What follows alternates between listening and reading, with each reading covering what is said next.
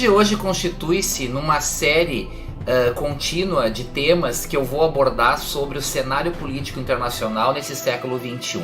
O tema escolhido hoje é o reerguimento ou o ressurgimento da Rússia como um importante ator dentro desse cenário político internacional.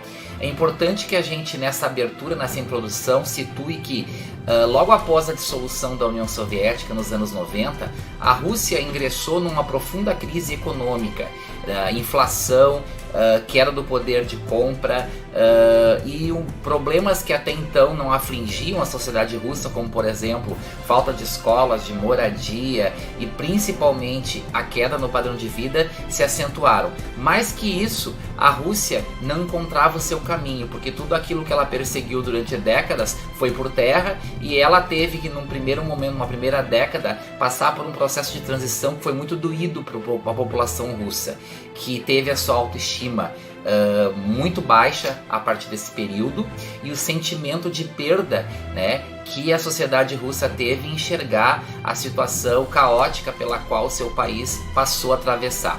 Sem falar na figura do presidente Boris Yeltsin, que muitas vezes apresentava-se politicamente embriagado de vodka, né? Sem falar em todo o desmantelamento da estrutura produtiva com a divisão que houve entre as ex-repúblicas que compunham a União Soviética.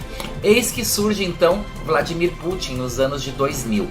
E a intenção do vídeo hoje é exatamente mostrar essa tênue relação entre o comandante Vladimir Putin, que tem hoje um grau de aceitação muito grande por parte da população russa, com mais de 80% de aceitação frente à sociedade russa, e de que forma esse ex-agente da KGB, ao longo desses últimos anos de governo, tem conseguido colocar a Rússia numa projeção internacional.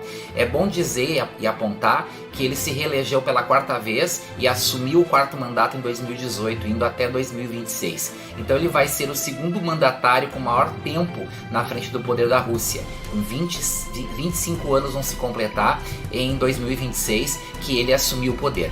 Então a intenção é apresentar três situações agora, três fatos que remontam essa grandiosidade que a Rússia novamente apresenta no cenário internacional e o papel fundamental que Vladimir Putin teve nessa ascensão.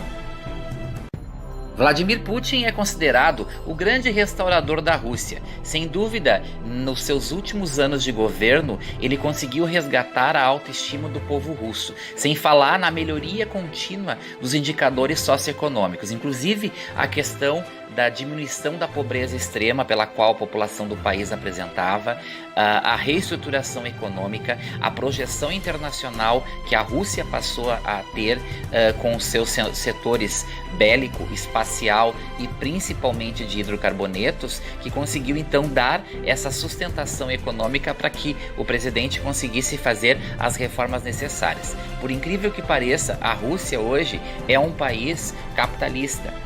E durante o período de transição havia uma grande dúvida e boa parte da população rejeitava esse passado da Rússia e queria se parecer com o Ocidente.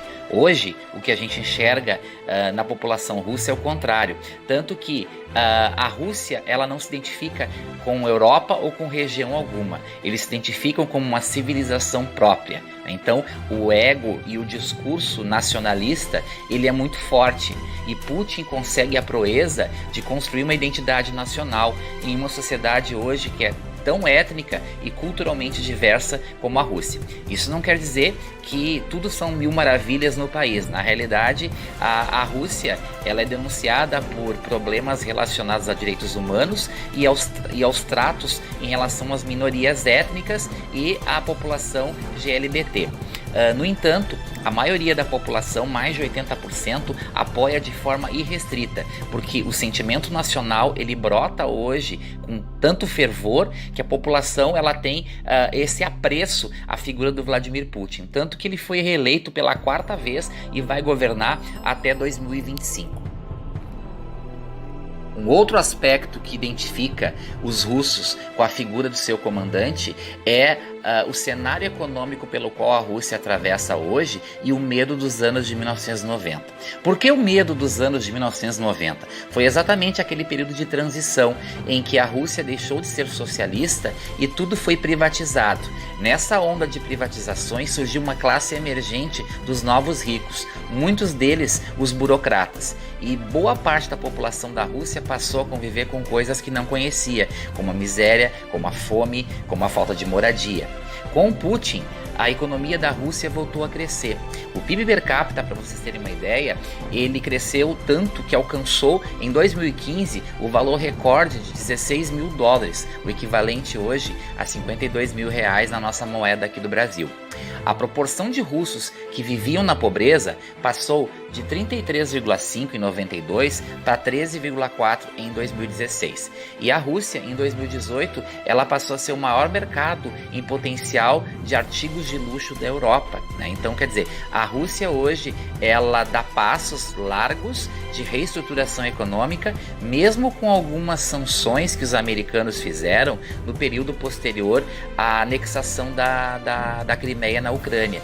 Então, hoje, é nítido a melhoria da qualidade de vida dos russos e aqueles signos do capitalismo que nem se imaginava que um dia pudessem estar na Rússia, hoje estão lá bem presentes. Mas os russos afirmam, né, com todas as letras de que eles não têm nada a ver com esse estilo do Ocidente e que eles têm uma cultura própria e uma forma de ver o mundo diferente e que eles querem apenas serem respeitados pela posição estratégica que eles têm e pela forma como eles enxergam aos seus olhos o mundo. E um último aspecto que associa muito Putin ao seu povo é a Rússia estar novamente nesse jogo geopolítico internacional, fruto de investimentos maciços na indústria armamentista e espacial, que são marcas do passado antigo e que são continuamente revalorizados como a boa memória do Império Soviético, que é aquilo que Putin persegue lá no fundo, né, de restaurar a grande Rússia da era da Guerra Fria.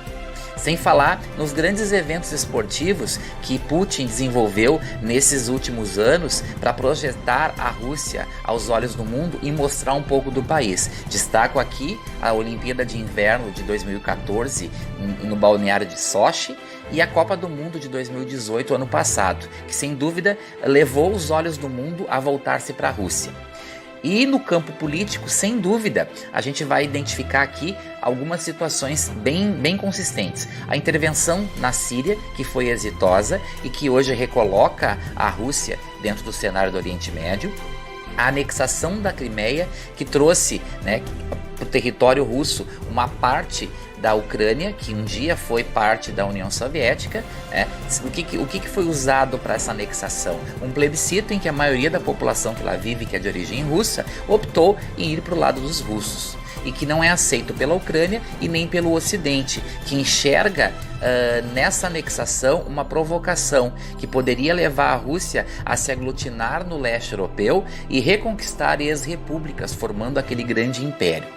Outro aspecto que amedronta os americanos e a Europa é a aliança com os chineses. Sem dúvida, a proximidade geográfica e a linha de condução política que os dois países têm os colocam hoje muito próximos em vários acordos políticos e econômicos, principalmente na questão armamentista. E sem falar no conjunto de investimentos em todos os cantos do planeta onde a Rússia hoje se instala. É investimentos na África, na América Latina, na Ásia Central, na própria Europa com o gasoduto. Importante dizer que o gás natural da Rússia hoje ele é uma arma nas mãos dos russos que de uma certa forma conseguem com esse elemento natural uma forma de inserção no território europeu. E outra questão bem importante de se destacar é que o programa espacial russo continua ativo e hoje a Rússia é o único país que tem naves que levam os astronautas para a estação espacial, porque o programa americano ele foi estancado, né, depois que deu os problemas com os vários ônibus americanos que eles mandavam pessoas para o espaço. Então hoje eles dependem do transporte russo até que eles construam naves novas para levar os seus próprios cientistas para a Estação Internacional Espacial. Então, por todos esses elementos que eu apresentei até aqui, a gente pode entender essa simbiose que existe hoje entre o povo da Rússia e o seu mandatário, que sem dúvida conseguiu tocar na essência do povo, e restaurar esse nacionalismo que tinha se perdido com o fim da União Soviética.